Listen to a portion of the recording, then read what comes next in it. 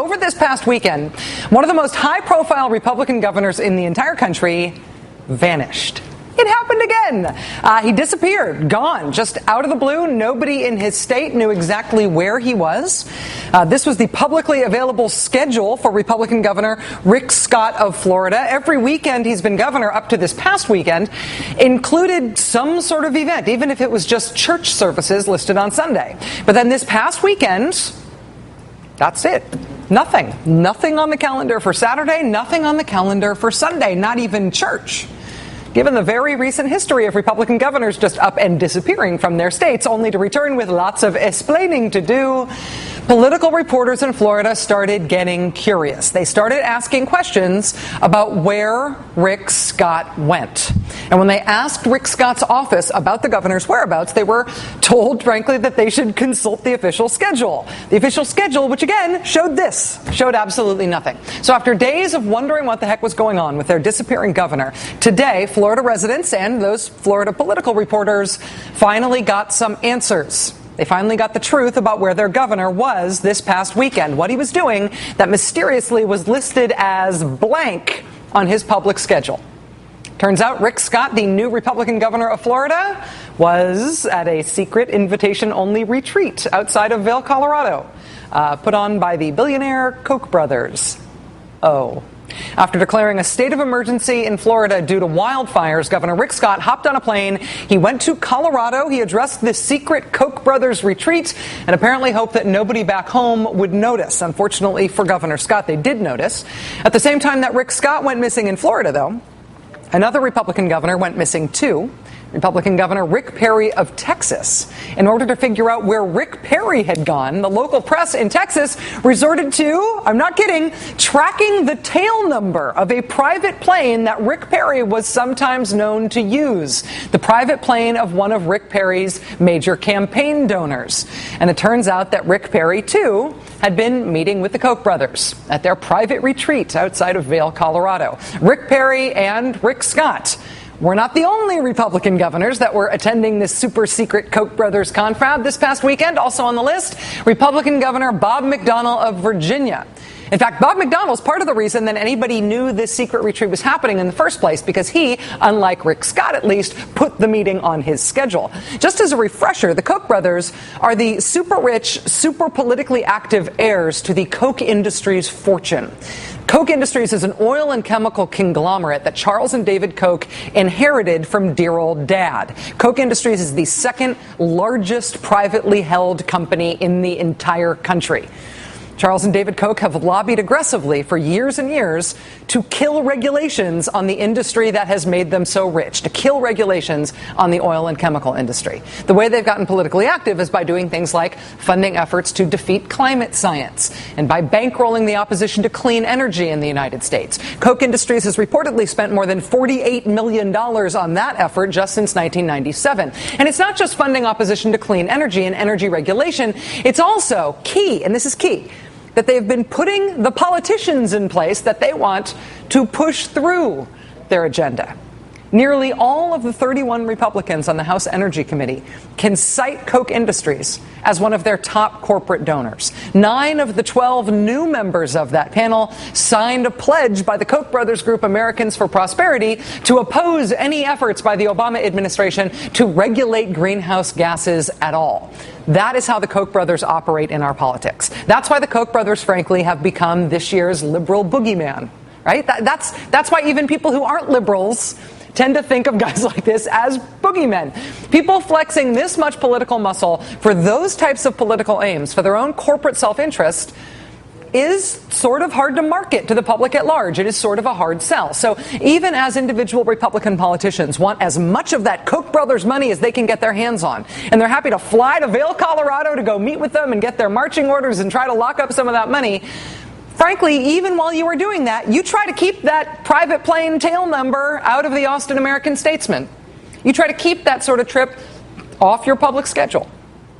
But as unpopular as associating with the Koch brothers might be for these individual politicians, as embarrassing as it may be to get outed secretly traveling to a Koch brothers summit in Colorado over a weekend when you want everybody to just not wonder where you are, The Koch brothers have been making it worth these politicians' while. And how? Both through cold, hard cash and through support for policy positions, certain policy positions, once they are in office.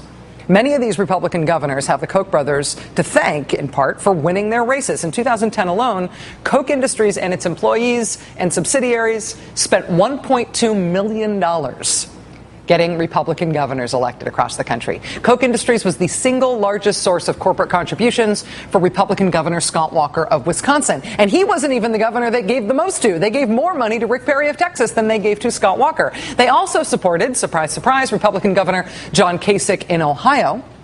If you are a Republican politician associating yourself with the Koch brothers, going to their secret meetings in Vail, it helps you get elected.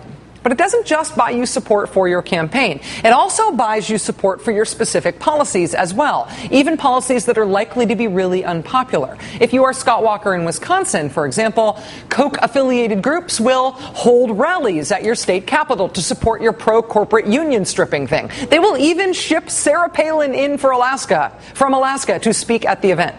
If you are John Kasich of Ohio, don't worry, they will help bankroll your union stripping thing as well. Governor Kasich's big union stripping bill is facing the possibility of being overturned by Ohio voters in November. Who's got John Kasich's back in defending that bill? Who's helping to finance the union busting side of that fight? The Koch brothers, Americans for Prosperity, of course. Koch brothers have the backs of all of these Republican governors in all of these states who are taking up all of these unpopular fights, and they are helping those governors succeed in the next election, not just by trying to persuade people of the rightness of their cause, but by also simply just reducing the number of likely Democratic voters that might make it to the polls and who are allowed to vote. All over the country, in almost every red state, we are seeing these Koch Industries-supported governors changing the voting rules. There's no outcry in these states to change the voting rules, but these Republican governors are doing it anyway. They are making it harder to register to vote and harder to actually vote. Scott Walker already signed his big voter ID bill into law in Wisconsin back in May. Republican Governor Paul LePage in Maine is right now trying to eliminate his state's same-day voter registration law. He signed a law into effect that would do that. Voters in Maine have signaled that they will try to exercise their people's veto over that. They will try to recall what Governor LePage just did. Republican Governor John Kasich of Ohio is now waiting on a tough new voter ID law that even the Republican Secretary of State in Ohio has come out against, saying it will result in real legally cast ballots not being counted and of real legally registered voters not being allowed to vote. All of these Republican voters, all of these Republican governors are pushing all of these laws that will make it dramatically harder to register to vote and to actually vote. Dramatic changes to voter registration rules and voting rolls that are expected to reduce the number of Democratic-leaning voters in constituencies like minorities and the poor and disabled people and young people. In addition to changing the voting rules to decrease the number of Democrats who will be expected to vote, these Koch Industries supporter governors are also targeting the single biggest organizational asset that Democrats have in the states. Today, New Jersey's Republican Governor Chris Christie signed into law his big union stripping bill, which is the landmark achievement of his time in office so far. Tomorrow, Scott Walker's big union stripping law will officially go into effect in Wisconsin after months and months of legal struggles and struggles in the streets. John Kasich in Ohio has already signed his new union stripping law into effect. In terms of winning elections, in terms of dismantling Democratic hopes of winning elections, killing the unions is really how you do it, is the best organizational structure that Democrats have had.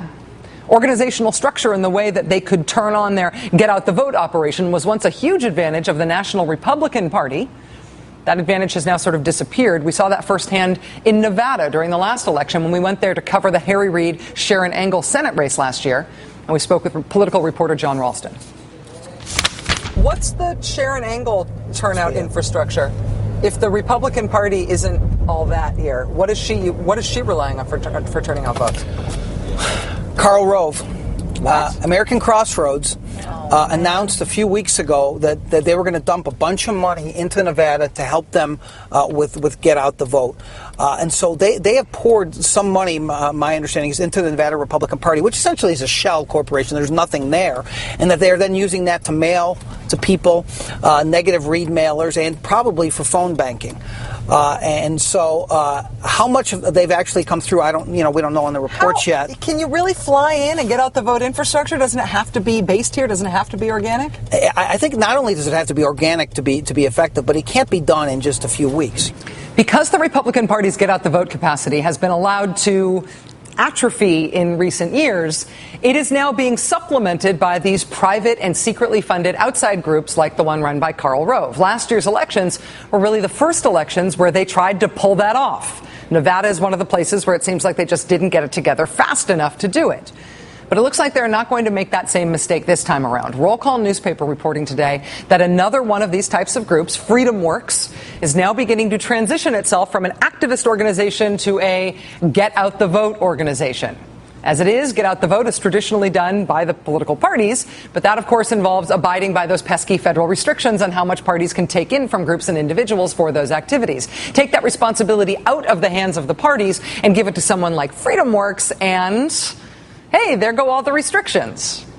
As the Obama re-election campaign really gets into gear now, one of the things that I think Democrats are often sort of smug and satisfied about is the superiority of their own party structure, their own organizational structure, their own ability to reach their own voters and encourage them to go out and vote when it counts. Well, Democrats have been building up that structural capacity, and the Obama administration was very good at it in 2008, the Obama organization, I should say. Republicans, in terms of the Republican Party, they have been letting their organizational efforts languish, as seen in Nevada, where the Democratic effort was very well organized and the Republican effort was not. And therefore, even though all the polls showed Sharon Engel winning that race, when it came to Election Day, the Democrats actually came out on top.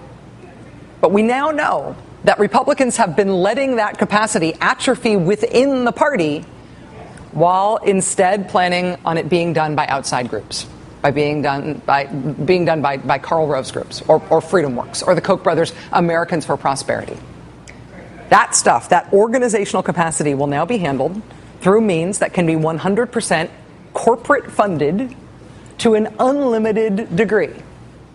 If Freedom Works is now going to be doing the get out the vote efforts for Republican candidates, who are the donors to Freedom Works?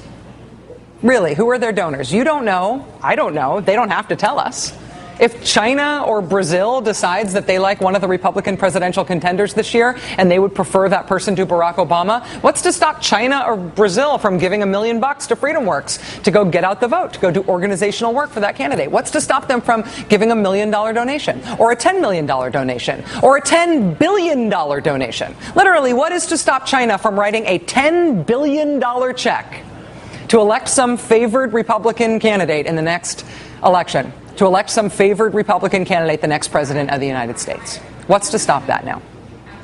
I will ask the man who invented the 50-state strategy for the Democratic Party, former DNC party chairman Howard Dean, next.